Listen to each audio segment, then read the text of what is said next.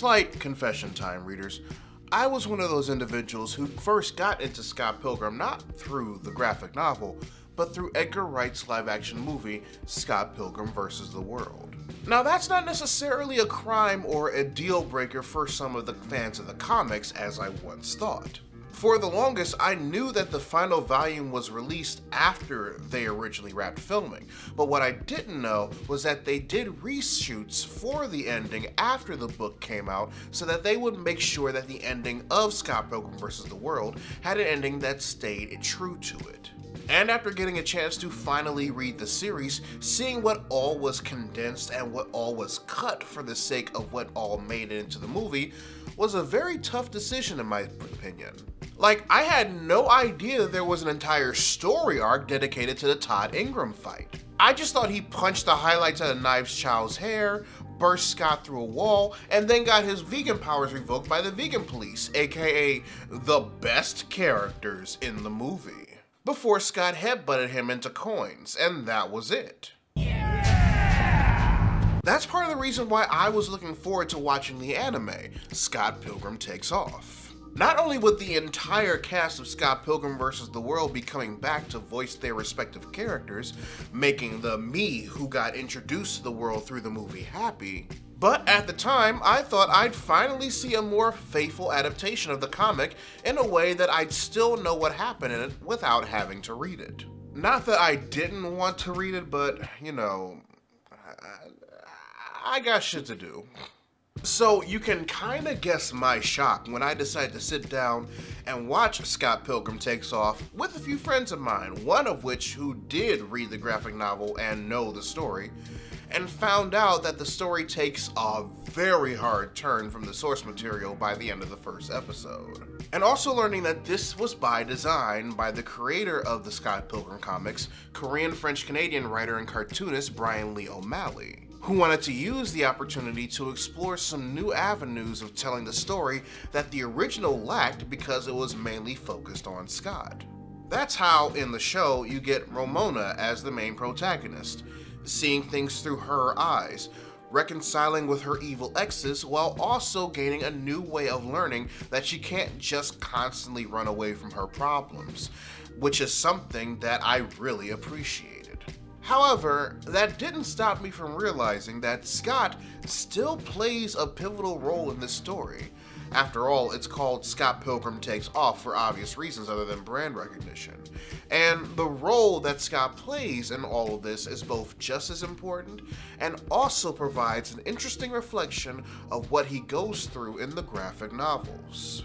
Then, after my initial thoughts were known to my friends after we finished the show, I was basically instructed to read the graphic novel series before I even thought about making a video on this. So I did, and when I did, I realized that thanks to the existence of Scott Pilgrim Takes Off, Scott's life has gone from slice-of-life rom-com to a Catcher-in-the-Rye style tragedy.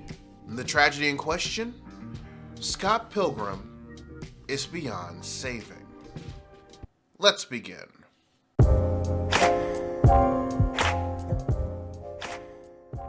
Hey readers, Laurent here, offering you analysis and perspective on your favorite bits of geek and pop culture media. If it wasn't obvious from this intro, this video will contain spoilers for the first and possibly only season of Netflix's Scott Pilgrim Takes Off. It's currently available to stream exclusively on Netflix, so give it a watch if you haven't seen it yet and don't want me to spoil pivotal points of it for you in this video. Other than that, if you end up liking what I'm putting down after this video is done, there are multiple ways you can show some love. If you want to help financially support the channel, you can join my Patreon. There are multiple tiers starting at $1 that give you early access to my written articles and videos across every channel, copies of my video scripts, discount codes to my merchandise store, and a whole lot more. Also, make sure you subscribe to my channel, turn on notifications, and subscribe to my Substack newsletter. Not only is it the home for all of my written editorials, opinion pieces, and reviews for film and television after they debut on Patreon, but you'll also get an actual heads up whenever I post a new video on both Readus 101 and Readus 201, 5 minutes after their release. That's the syllabus now. on to the lesson. As its own thing, Scott Pilgrim Takes Off handles Scott's development in a way that, while still effective, is nevertheless interesting. This no doubt has everything to do with the fact that the show's primary focus and time is dedicated to Ramona, whose own story arc and character development is worth cracking open in its own right. So give this video enough views and engagement and I'll make a video about Ramona's story as well. But for those of you who are new to Scott Pilgrim and were mainly introduced to it through this show, how they convey his development while only dedicating like 2 to 3 episodes to it was pretty solid. While Ramona was searching for the person who staged Scott's death during his fight with her first evil ex, Matthew Patel, he was actually brought to the future by his 37-year-old future self, appropriately named according to the narrative's sense of humor, Old Scott Pilgrim. It was in that future Scott learned a lot about the type of man that he'd eventually grow up to be, kinda clocking aspects about Old Scott's mannerisms and personality even before finding out the reason he was brought to the future. Things like his insecurities. Now this one looks like it's in a completely different style. Oh, what are you talking about? It's the exact same, if not better. No, it's definitely worse. Whoever did this is bad at art. And his over-exaggeration of the truth. So, we're divorced? Well, technically we're separated. Oh man, when? After the honeymoon. A few, 13 odd years later, yeah. But then he does find out why Old Scott brought him to the future. That by removing normal Scott from his timeline, he hopes that it will cause him to never fall in love with Ramona or fight her evil exes in order to keep him from experiencing the heartache of their separation. And then those of us who either weren't paying attention or weren't able to pick up the negative aspects of Old Scott's methodology and personality from the comedic instances earlier, finally see them in plain sight when normal Scott's reasonable suggestion, according to how the universe works, brings out Old Scott's full-fledged insecurities like a dog backed into a corner. Or you can tell me what you did wrong, and I can go back and do a better job. You immediately assume I messed up, because she's the one who's bad news, not us! Now, for those of us who've read the Scott Pilgrim comic, we've seen this red flag from Scott before, no time travel required. However, normal Scott realizes the error of his ways and takes off in a way that, thanks to the combination of seeing the type of man he'll eventually become. Remember how you were after Envy Adams dumped you? It's like that. Times 10. Oh no. Seeing what the Ramona from his timeline went through to uncover what happened to him. Video games rule! And learning what old Ramona did to make sure he'd still remember her if Old Scott's plan was successful. I had to try. I mean, he's the love of my life. The development he gains in the comic is delivered in the show in a way that, whilst a bit fast-tracked, is just as prominent. Especially because the overall irresponsible and toxic aspects of himself that he closed off and refused to acknowledge until that fragile masculinity eventually manifested as Nega Scott in the comic is now instead present in these variants of his future self. That A, refused to take responsibility for his actions.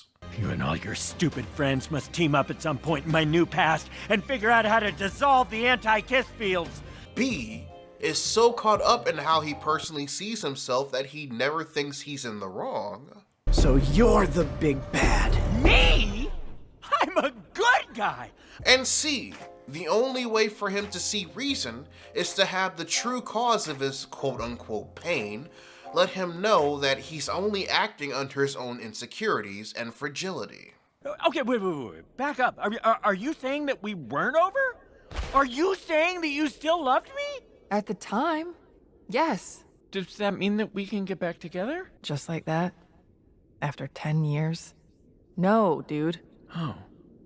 Well, that makes sense, I guess. Not only does this provide a way for Ramona's development that she's been working on over the course of the show to have a proper stage for its culmination, since it no longer involves Gideon. You know, since she's the main focus of Scott Pilgrim Takes Off. But replacing Nega Scott with future variants of Scott from a different timeline that basically embodies the same toxicity and fragility that he has to both acknowledge exists within himself and show that he can learn to grow and be better than them, is a great way of transferring that message from the comic page to the television screen for someone who either has never experienced the story of Scott Pilgrim or whose only acknowledgement of the story before this show was the Edgar Wright movie. And because there's no such thing as an original idea, it would be irresponsible for me not to pull another instance in which another property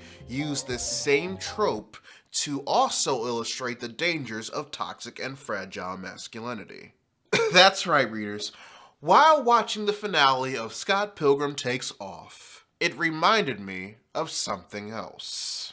If, in the form of a movie that was released in 2019, you receive deja vu when you watch Scott Pilgrim Takes Off in regards to the concept of an older version of a character going back in time to keep said character from making the mistakes they did, when in actuality, all that they're doing is just trying to reinforce the toxicity that they represent into their younger selves, because this future version of said character is 100% convinced that they're not the problem, to the point that even the main character is able to see that they need to course correct their life to avoid becoming that guy. That's probably because you watched the Lego Movie 2, the second part. The character in this case is Emmett, the main character voiced by Chris Pratt, also known as the Special and the Master Builder. His future self, Rex, goes back in time to save him from crashing through the stairgate to enter the Sistar system to save Wildstyle and the rest of the cast from the first movie after they were quote-unquote captured by one of the aliens. The thing about Rex, however, is that when the crash happened in his timeline, he became jaded because nobody came for him. Not Wildstyle, not Batman, not Charlie Day, nobody. This allowed him to turn into the movie's depiction of toxic masculinity that characters like Wildstyle wanted Emmett to transform into since the beginning because of how dire the situation the world was in since the Sistars became a thing. After all, this is a movie specifically aimed for children but has humor that adults can appreciate. So instead of telling Emmett to man up or be a man, they say grow up. Even though it's clear through both jokes and declarations that the wrong way of growing up is indeed affiliated with aspects usually associated with both fragile and toxic masculinity. Which planet do you want to try first? What do you think? A tough guy doesn't ask where to go. Just pick any of them and act like you're sure. That's called leadership.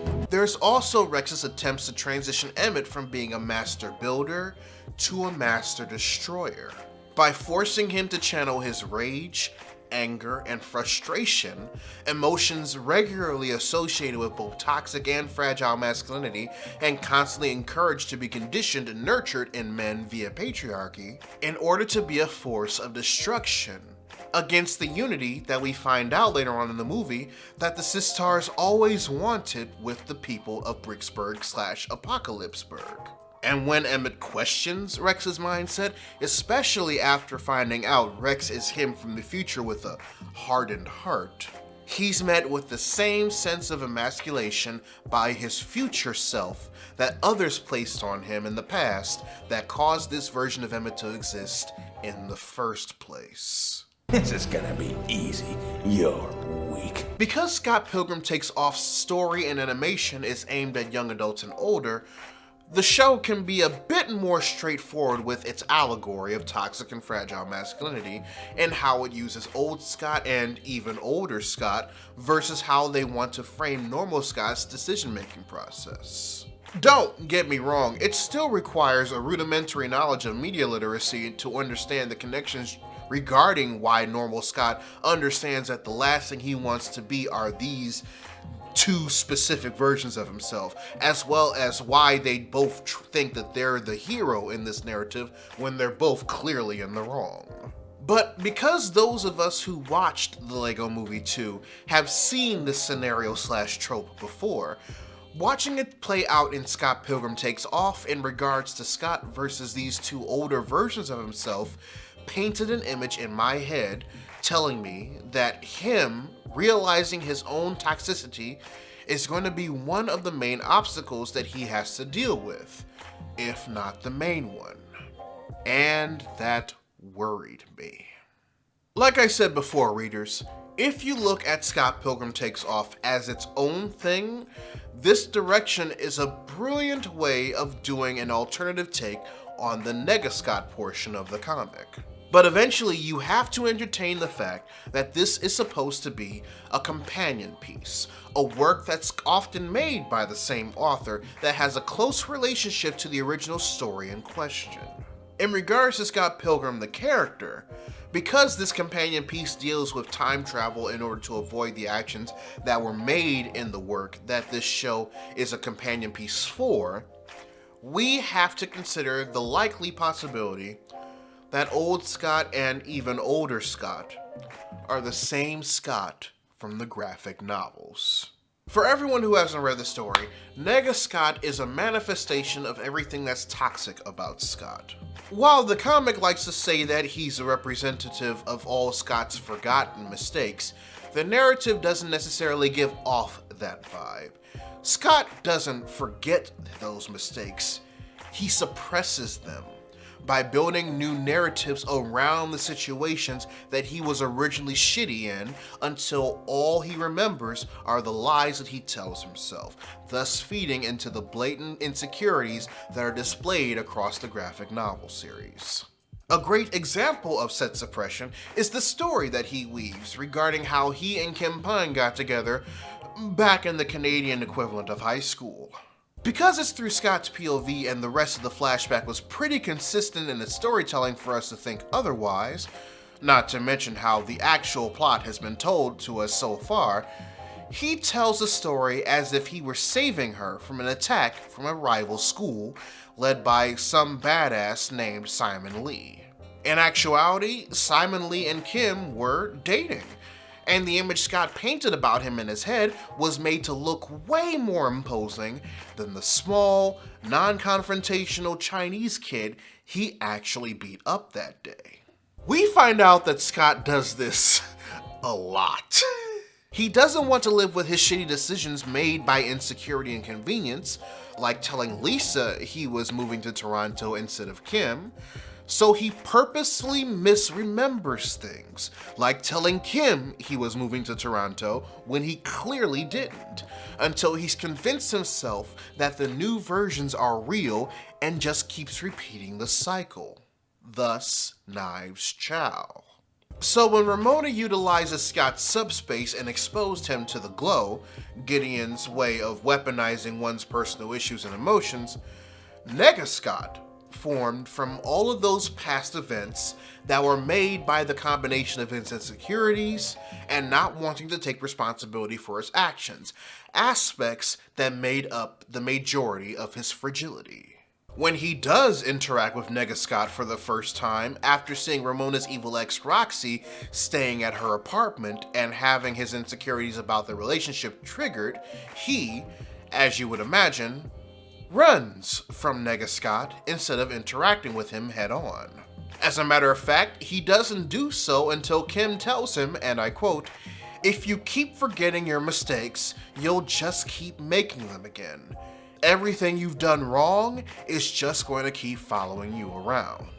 And only when he stops sheltering his insecurities and accepts responsibility for his past actions does Nega Scott go away. If any of this sounded familiar in regards to Scott Pilgrim Takes Off, it's because, like I said in the first segment of this video, Old Scott and even Older Scott take the place of Nega Scott in this instance. Just like Nega Scott represents it in the graphic novel, these two future variants of Scott Pilgrim display the aspects about him that craft his multiverse-wide brand of fragile masculinity. And while watching this did remind me of Emmett and Rex from the Lego Movie 2, the second part, I noticed that there was a portion of it that differed in a way. You see, when Wildstyle came for Emmett and stopped Rex from planting the seed of doubt into his head, Rex and the timeline he came from ceased to exist. Both the combination of seeing what Emmett would eventually become and his friends coming to save him from the Dryar system undid any possibility of him turning into Rex at all. Normal Scott had a similar epiphany seeing the insecurities and fragility of Old Scott in the future, while also seeing the lengths the Ramona of his timeline was going through to find out what happened to him, and seeing how much old Ramona still loves and care for Old Scott. It was enough for him to do some reconciliation of his own when old Ramona took him back to his timeline, and we had the stairway conversation he had with Knives to prove it. And maybe this isn't the best time to have this realization, but I probably shouldn't have been dating you in the first place. Yet despite that, the timeline, and more importantly, the Old Scott from it, didn't fade away from the development Normal Scott gained or the execution of it.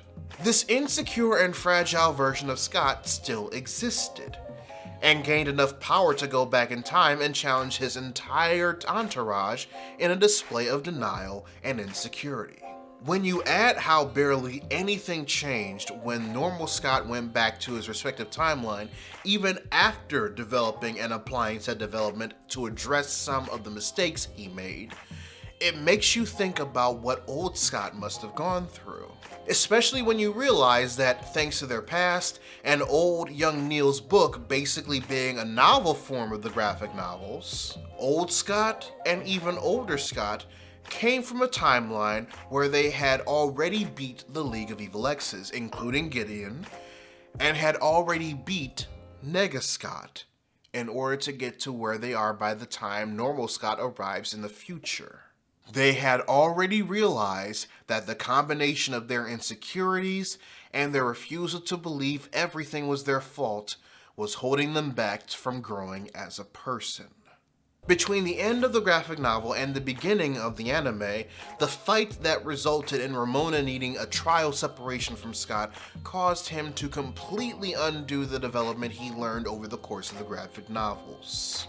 He allowed his insecurities and his ego to once again fill up his box of fragility to the point where he became his own Nega Scott for his younger self in a time travel plot to keep him from falling in love with her to begin with. This means there's a good chance that despite receiving character development, Scott will always abandon everything he's learned to grow as a person and revert back to a form of familiar toxicity the moment things get a bit too much for him to emotionally handle. And while that's not necessarily a problem, since people like that exist and fictional characters as a result, and showing that sometimes people abandon the growth that they've gained over the years need to be presented just as much as those who stick with it for the long haul. What makes this a tragedy, especially for the Scott Pilgrim of Scott Pilgrim Takes Off, is that since his encounter with Old Scott and even older Scott is supposed to be a parallel between Scott's encounters with Nega Scott in the graphic novel, there's a chance that the Scott Pilgrim from the Netflix show, thanks to how nothing altered Old Scott's perceptions of life and himself when Normal Scott went back and began to apply some of what he's learned, is also bound to the same fate.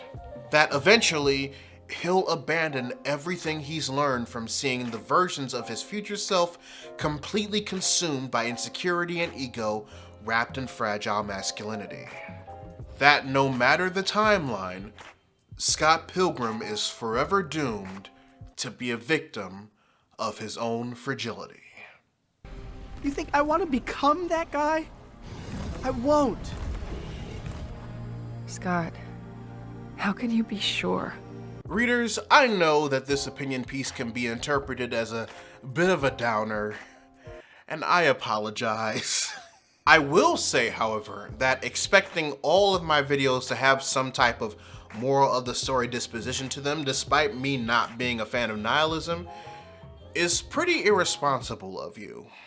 What attracted me to the Scott Pilgrim story in the first place wasn't the slice of lifeness, mostly because I find slice of life stories boring by themselves, but the comedy that Edgar Wright placed into the live action movie while also keeping its comic book roots intact, and seeing Scott grow as a person as well.